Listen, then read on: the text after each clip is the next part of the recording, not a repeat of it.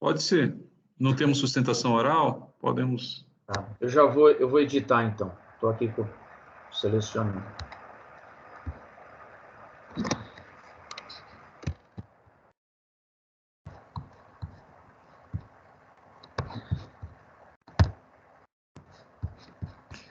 Muito bem. Essa é a sessão de julgamento da primeira Câmara Julgadora do Tribunal de Impostos e Taxas, do dia 17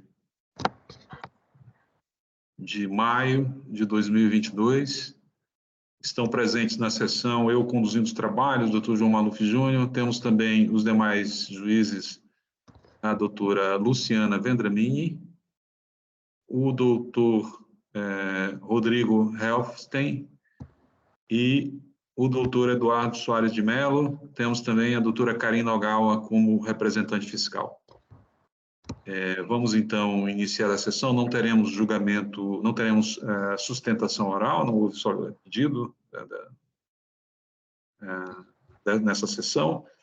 Então, vamos iniciar o julgamento pelo processo comercial Zaragoza, importação e exportação limitada, aí em 438.534, de relatoria do doutor Eduardo. Peço aos colegas que se encaminhem para o processo, enquanto o doutor Eduardo faz as devidas edições de voto. E assim que estiver preparado, o doutor Eduardo pode iniciar, tá? Passo a palavra, então, para o doutor Eduardo.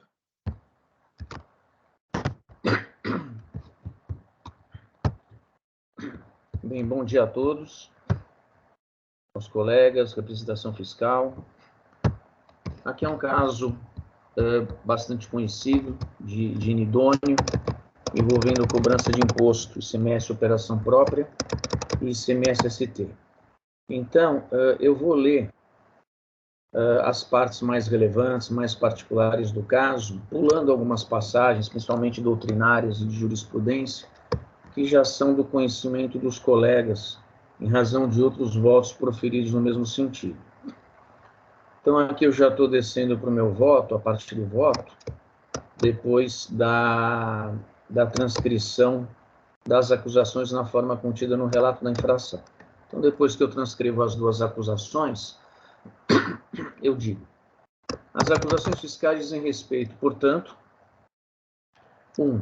Ao recebimento, e aí trago o período, de mercadorias sujeitas ao regime da subvenção tributária, desacompanhadas de documentação fiscal hábil para as operações, artigos 184 e 203, ambos do RICMES, tendo em vista a suposta aquisição de mercadorias da pessoa jurídica fornecedora FEM Distribuidora Limitada, doravante designada FEM, cuja inscrição estadual foi declarada nula pela constatação de inexistência de estabelecimento desde a data de abertura, 25 de junho de 2014. Cobra-se por solidariedade o ICMS relativo às operações próprias e por substituição tributária da fornecedora, nesse último caso, com base no artigo 11, inciso 10 e parágrafo 1º do regulamento. A recorrente foi notificada para, entre outros, recolher o ICMS-ST, nos termos do artigo 267, 2b do regulamento, relativamente às mercadorias sujeitas ao regime DST, prevista nos artigos, aí trago os dispositivos legais. Esse é o item 1. O item 2 trata do recebimento, período de maio e julho de 2015, e também a mesma situação, né, a aquisição de mercadorias da mesma FEM. Então, há também aí cobrança de solidariedade do ICMS relativo às operações próprias. Fazendo apenas uma distinção, no item 1, a cobrança de operação própria IST, ou seja, o imposto que não teria sido recolhido pelo substituto, então cobra-se agora pela autuada substituída, e no item 2, só ST, não tem cobrança de operação própria. Aí eu falo aqui do trabalho fiscal, constatação de simulação de existência do estabelecimento do emitente das notas, trago o histórico da decisão de primeira instância, e aí digo que, em sessão de julgamento realizada em 16 de dezembro de 2021, a colenda da Sexta Câmara Julgadora deste Tribunal, folhas tais, propôs a conversão do julgamento em diligência para que a recorrente apresentasse demonstrativo relacionando as notas fiscais emitidas com os respectivos pagamentos por ela realizados à fornecedora de mercadorias, de sorte a comprovar, em conjunto com outros elementos documentais, o efetivo perfazimento do negócio jurídico, operações de compra e venda, a saber. É curtinho, eu vou ler parte desse voto. Resumindo, há vários comprovantes de pagamentos acostados aos autos, mas não há correlação entre esses e as notas, o que deve ser atribuído ao contribuinte, e não ao julgador. É certo que a boa-fé fica comprovada mediante conjunto de vários elementos, mas o pagamento sendo integral, sem dúvida apresenta componente consistente. No entanto, não há nos autos qualquer demonstrativo que relacione as notas com os pagamentos. E aí entendeu-se pela conversão do julgamento em diligência, para que a recorrente relacionasse os pagamentos relacionados à fornecedora com as respectivas notas, fazendo constar número do documento fiscal, data de emissão, de pagamento, comprovante, nesse sentido. Eu trago aqui, não preciso ler todas as alegações da recorrente, na peça recursal, e digo, observo desde já a observância do trabalho fiscal estatuído no artigo 142 do CTN, bem como o artigo 11 da Lei Estadual 13457 de 2009. Isso porque foram respeitadas as exigências legais para o lançamento de ofício, tendo em vista a clareza do relato da infração, quanto à descrição dos fatos, determinação segura da matéria tributável, identificação do fato gerador, além das correspondentes capitulações legais da infração e das penalidades correspondentes. Volto a falar da conclusão do trabalho fiscal, quanto à inexistência de movimentação de mercadoria. Aí eu venho com uma redação que eu já utilizo em outros votos, em que eu destaco a importância do princípio da verdade material, a importância do conjunto probatório, em caso de inidôneo, reproduzo o posicionamento do STJ, de outros tribunais, da súmula 509. Estou descendo aqui meu voto para chegar no ponto que nos interessa.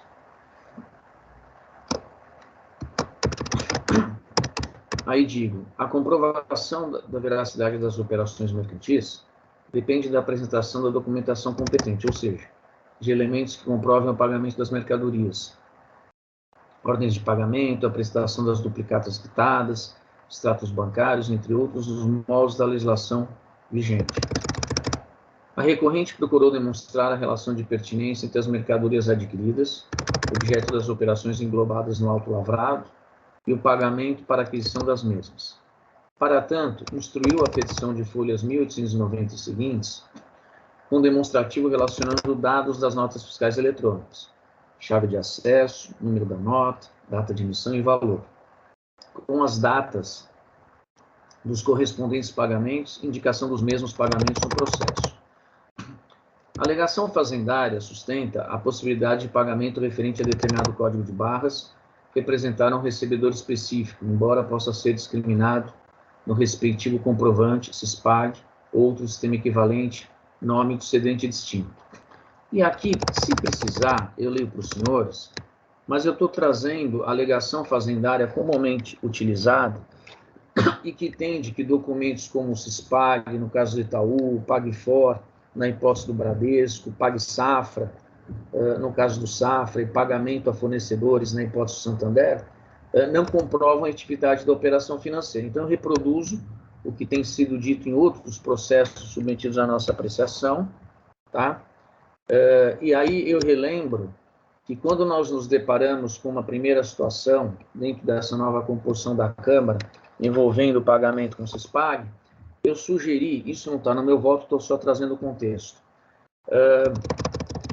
a conversão do julgamento em diligência, para que se juntasse documento específico e que me foi informado como suficiente quando eu conversei com gerentes de agências bancárias, e aí eu fui vencido. Então, eu passei a dar voto já dizendo, né, para estar em conformidade com o entendimento majoritário dessa Câmara, que a documentação que antes eu entendia que poderia ser trazida em diligência, ela não existia no processo e que, por isso, não comprovaria a efetividade das operações.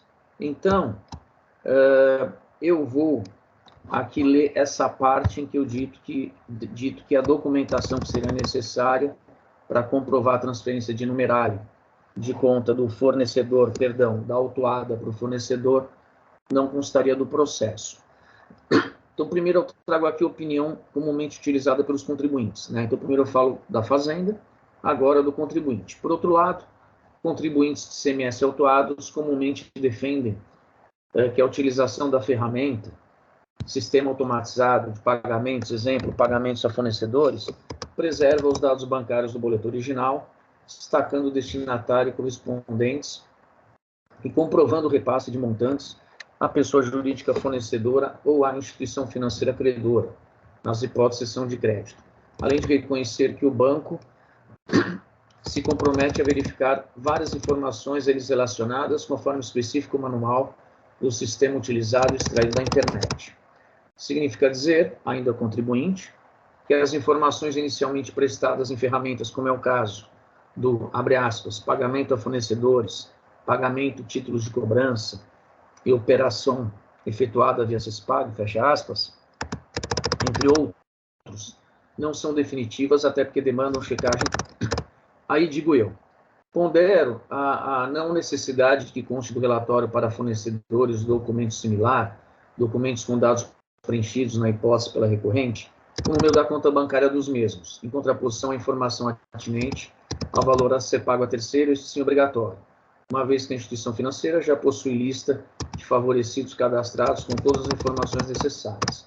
No entanto, considerando a apresentação do auto lavrado de operação efetuada via CESPAG, folhas 214 a 456 e folhas 1893 a 1898, caberia recorrente juntado ao processo de comprovante de pagamento individual à FEM, que é a fornecedora, ou de documentos intitulados arquivo de retorno, ou com outra denominação, mas com a mesma natureza, documento que, após análise das informações prestadas pelo particular, é enviado, no caso, pela instituição financeira recorrente, informando acerca de irregularidades e ou inconsistências relativas aos pagamentos informados pela empresa no relatório intitulado Pagamento a Fornecedores ou com outra denominação.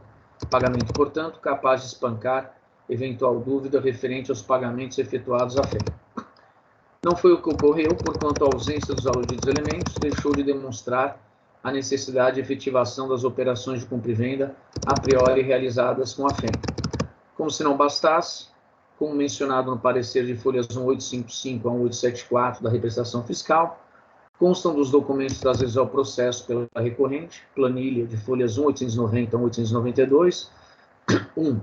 A identificação como pagador, folhas 214, a título exemplificativo, do estabelecimento com CNPJ 05868-574/0003-61, e que é diferente do CNPJ do estabelecimento autuado, que é o de número 50868-574/0010-90.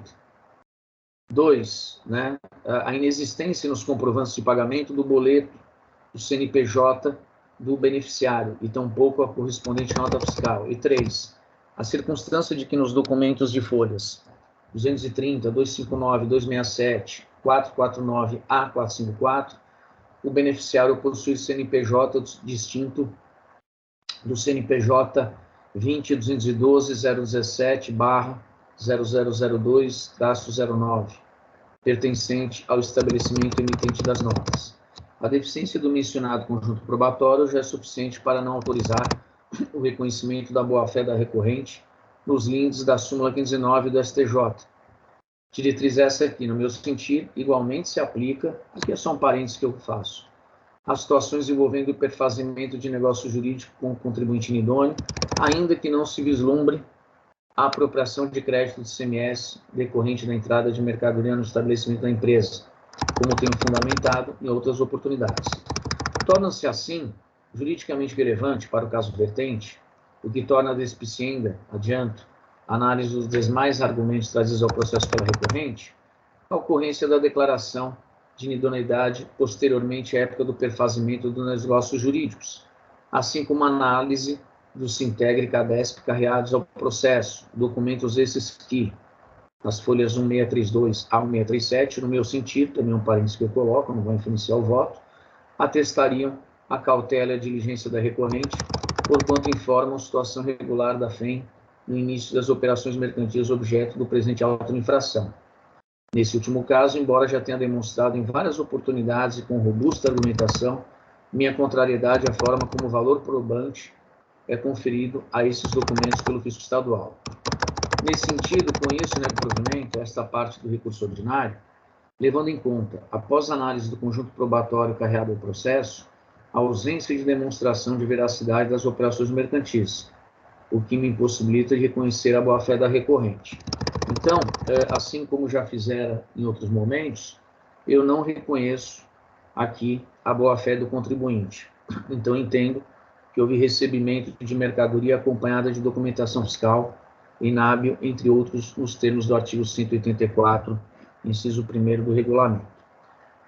Igualmente, consta do processo a cobrança do ICMS em operações próprias do fornecedor de mercadorias a recorrente, itens 1 e 2, bem como do ICMS-ST, em relação ao contribuinte substituído, recorrente, item 2, com base no artigo 11 do regulamento, decorrente do recebimento de mercadorias acompanhadas de documentação fiscal, tendo em vista amparo em notas definidas como inábeis nos termos do 184.1 do regulamento, emitidas pela FEM.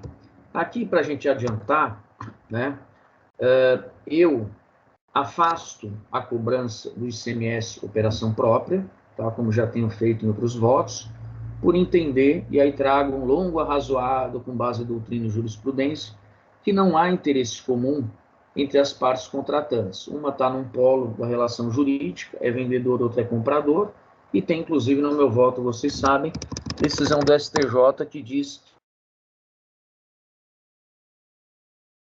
que aquelas empresas, vendedora e compradora, pertencem ao mesmo grupo econômico, ao mesmo conglomerado jurídico. Então, por essa razão, eu estou afastando, reconhecendo a ilegitimidade da cobrança do ICMS, operação própria do fornecedor da mercadoria, e que consta do dos itens 1 e 2.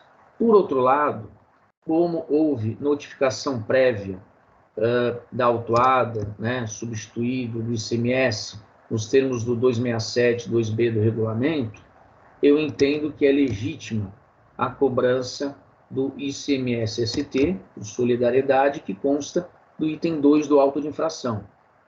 Agora, mais adiante, parte final do voto,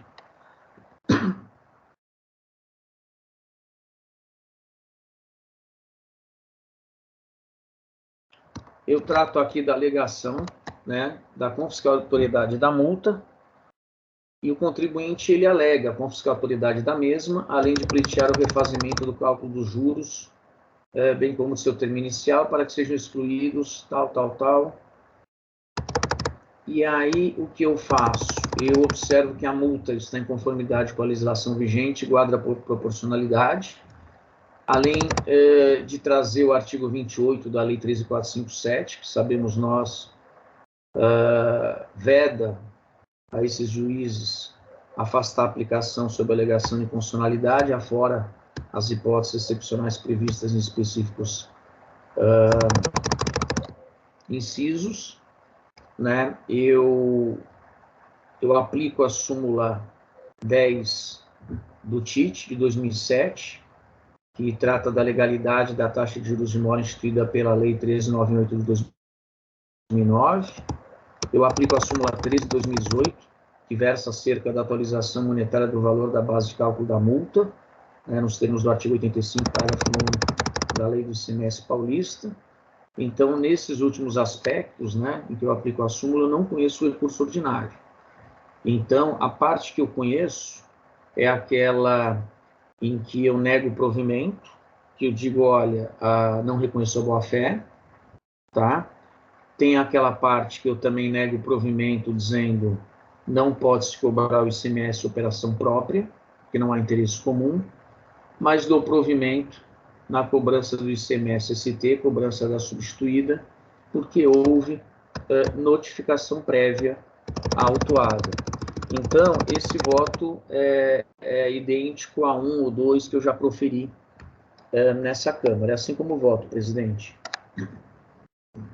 Muito bem, obrigado, doutor Eduardo.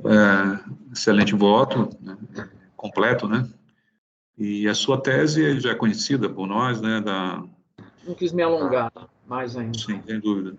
Eu, com todo respeito, em relação a essa questão da cobrança do ICMS próprio do fornecedor, né, nos casos em que não há acreditamento indevido, né, eu tenho me posicionado pela possibilidade, sim, né, da cobrança desse ICMS. Então, nesse sentido, eu vou discordar, ousar discordar, né, mas já conhecemos aqui, né, a tese de cada um. Eu acho que não requer mais debates, né. Eu vou passar, então, a palavra para a doutora Luciana. Bom dia, presidente. Bom dia, doutora Karina, mais uma vez. Bom dia, doutor Rodrigo, seja bem-vindo. Bom dia, doutor Eduardo. Parabenizo o doutor Eduardo pelo voto, sempre muito completo, analisou as provas com muito detalhe. Eu também tenho discordância em relação a essa questão da solidariedade, né, do interesse comum, né? Então, eu também me posiciono, já tinha me posicionado em outros votos, né? Eu tenho entendimento de que realmente é possível a cobrança, sim, do ICMS operação própria. Eu voto nesse sentido.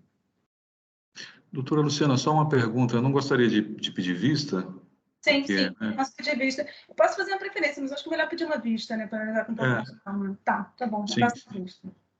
perfeito, muito obrigado. Doutor Rodrigo? Presidente, parabenizo o voto, realmente muito completo e realmente é no sentido do que eu venho também me manifestando também no tribunal. Tá? Então, eu não tenho nada a acrescentar, porque o voto está abrangendo realmente todos os pontos. Obrigado. Perfeito, obrigado, doutor Rodrigo. Então, a doutora Luciana vai pedir vista. A doutora Karina tem alguma coisa a acrescentar? Só em que pese o entendimento do ilustre relator, a DRF entende que, quanto à responsabilidade solidária, como a situação do suposto fornecedor da autuada não era regular à época dos fatos, quanto que as notas fiscais foram declaradas inidôneas, a recorrente não recebeu as mercadorias amparadas por documentos fiscais hábeis. Logo, nos termos do artigo 184 do RICMES, considera-se desacompanhada de documento fiscal a operação acobertada por documento fiscal. E, segundo o artigo 11, parágrafo 1º do RICMES, presume-se ter interesse comum o adquirente da mercadoria em operação realizada sem documento fiscal. Assim, considerando os dispositivos mencionados, estão presentes as condições para o surgimento da responsabilidade solidária. Esse é o entendimento da DRF, senhor presidente. Perfeito, obrigado, doutora Karina. Então, esse processo sai em vista, já foi concedida a vista para a doutora Luciana, que trará, numa próxima oportunidade, esse voto, né?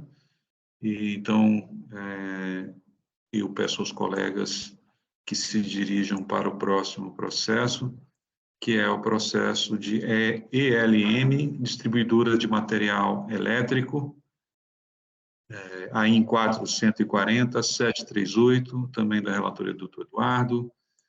Então, doutor Eduardo, passo a palavra para o senhor, e assim que estiver pronto, pode iniciar. Obrigado. Perfeito. Só preciso de um minuto para editar, e aí já procedo à leitura.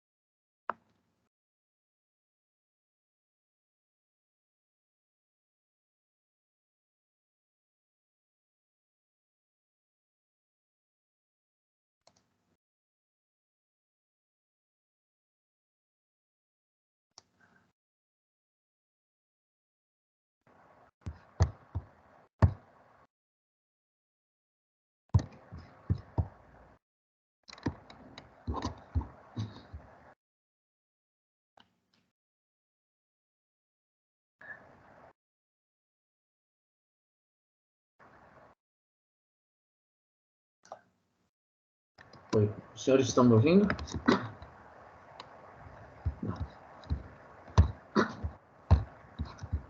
Perfeitamente. Ah, eu achei que não ia... Tá. Aqui aqui é um caso clássico de inidôneo, porque é uma única acusação fiscal e é de creditamento indevido, né? Apropriação indevida de crédito do ICMS. Então, parte da redação, né, essa parte mais introdutória, ela é igual ao voto que eu acabei de ler, e aqui a gente tem a mesma situação em que há a constatação do trabalho fiscal quanto à simulação de existência de estabelecimento no emitente das notas, tá? Então, eu trago inicialmente a mesma observação em relação ao atendimento do agente fiscal de rendas competente, o artigo 142 do CTN. Acrescento aqui, eu vou ler a questão atinente à autorização das notas, porque o contribuinte se insurge em relação a isso. Então, digo eu, oportuno registrar que a autorização da Cefaz São Paulo para emissão das notas eletrônicas não a torna, né, a nota válida. Em outras palavras, não autoriza o aproveitamento do crédito do imposto estadual em comento, até porque a portaria CAT 162 de 2008 reza que referida emissão não garante a idoneidade do documento.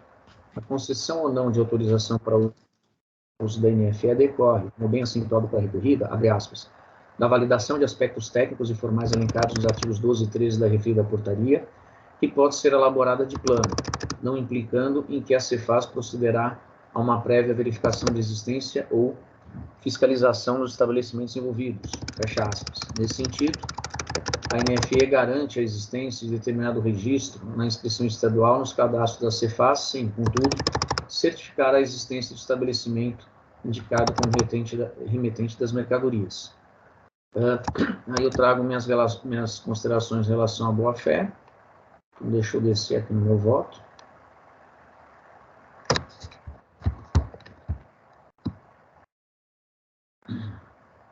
Só um segundo.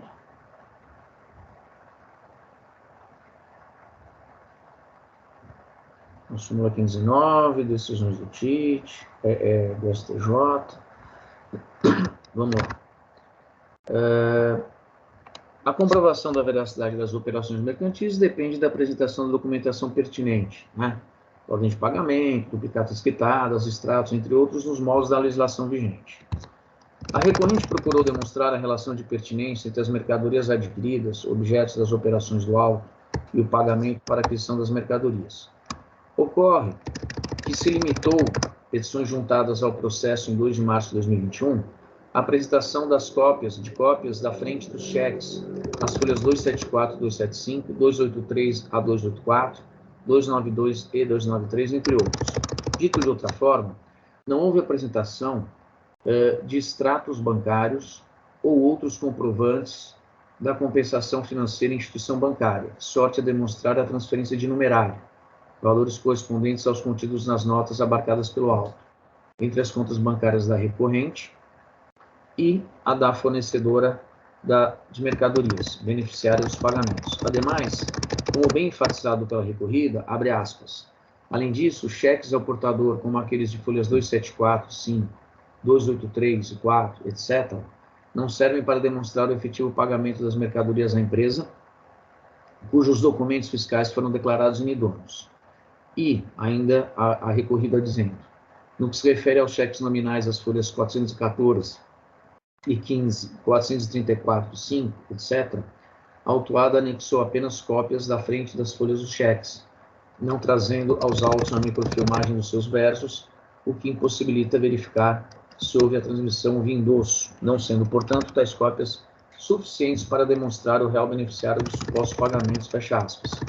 Digo eu, igualmente, não há que ser reconhecido o valor probante as duplicatas carreadas ao processo, duplicatas contidas nas folhas 276 a 80, 285 a 9, 294 a 8, etc., na forma pretendida pela recorrente, uma vez que não contém o aceite e a assinatura do sacado, além da circunstância de que, repises, não é acompanhada de demonstração da aludida transferência de valores, autenticação bancária de instituição financeira entre recorrente e fornecedora de mercadorias.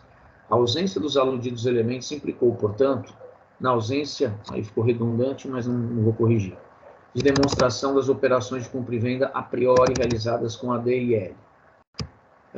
A deficiência do mencionado conjunto probatório já é suficiente para não autorizar o reconhecimento da boa-fé da recorrente nos links da súmula 509 do STJ.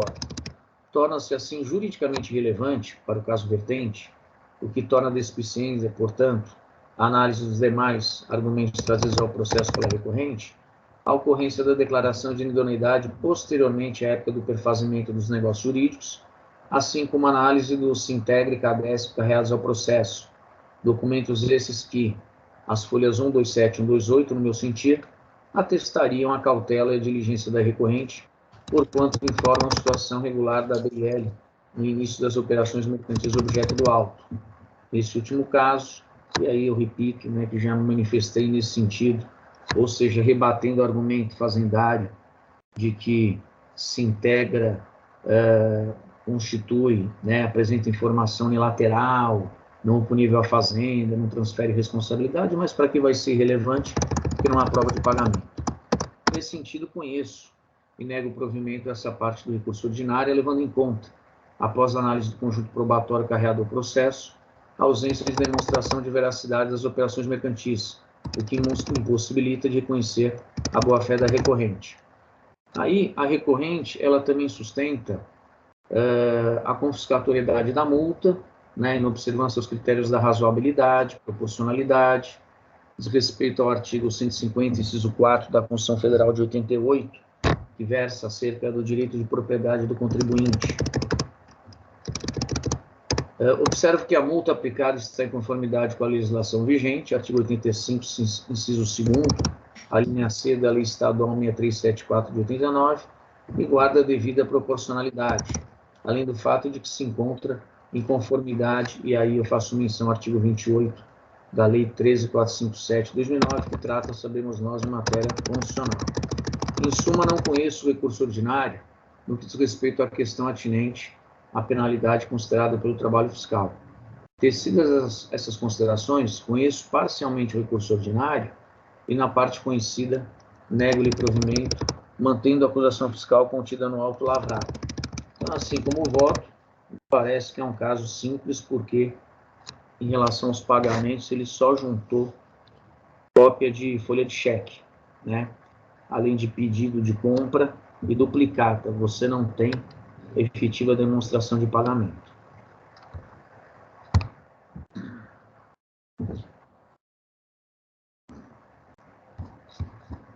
É assim como o voto, presidente.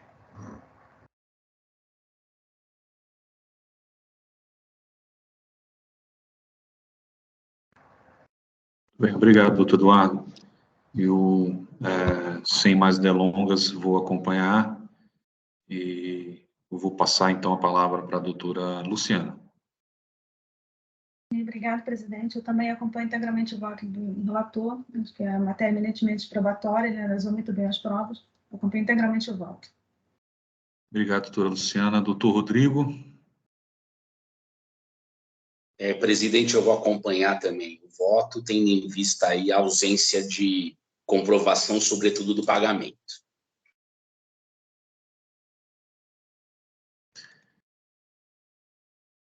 Doutora Carina.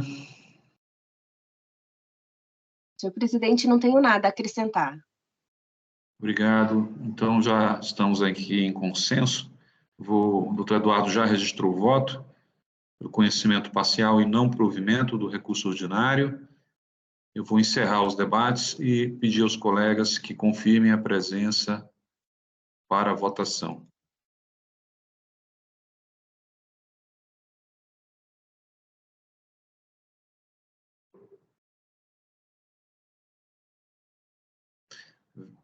Vamos iniciar a votação.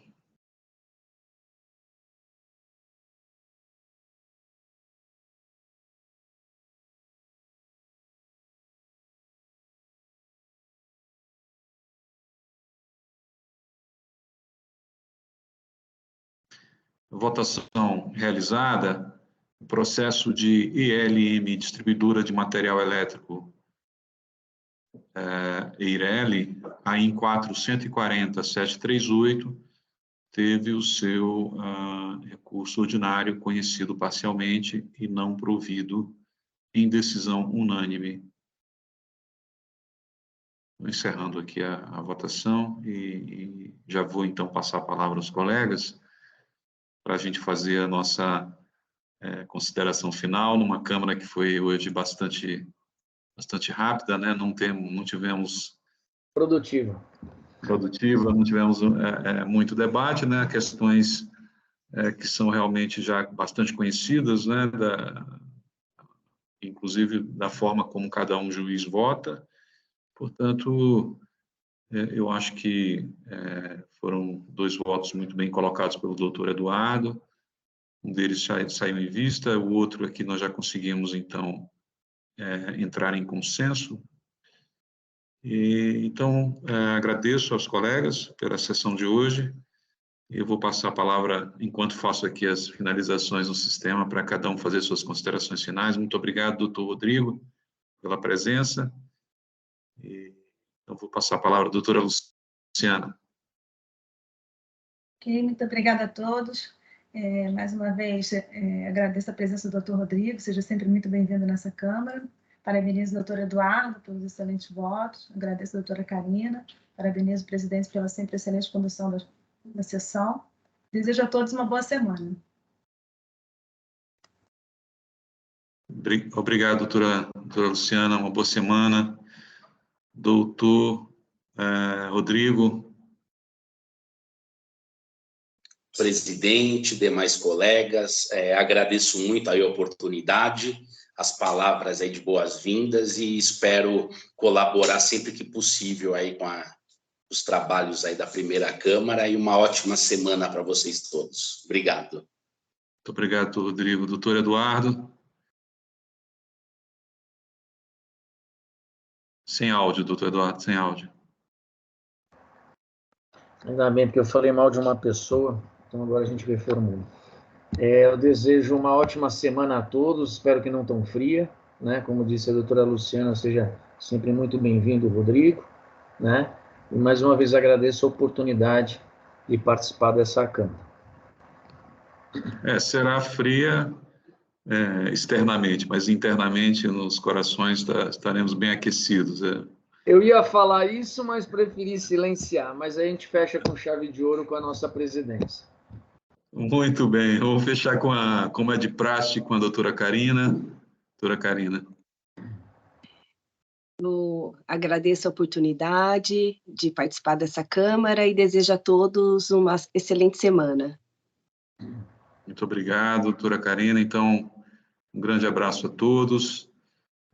Uma boa semana. Vamos encerrando por aqui. Essa foi a sessão de julgamento da primeira Câmara Julgadora do Tribunal de Impostos e Taxas, do dia 17 de maio de 2022.